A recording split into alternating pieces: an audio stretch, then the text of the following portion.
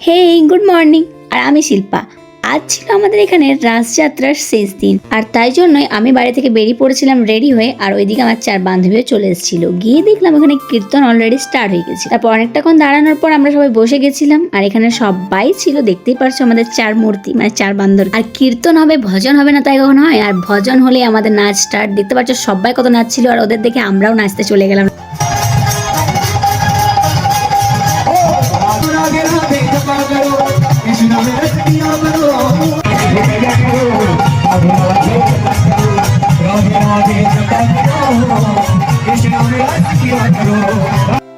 তো আজ হলো সেই দিন যেদিন রাধা বিনোদকে এই রাস মন্দির থেকে নিজস্ব মন্দিরে নিয়ে যাওয়া হবে। আবার একটা বছর অপেক্ষা।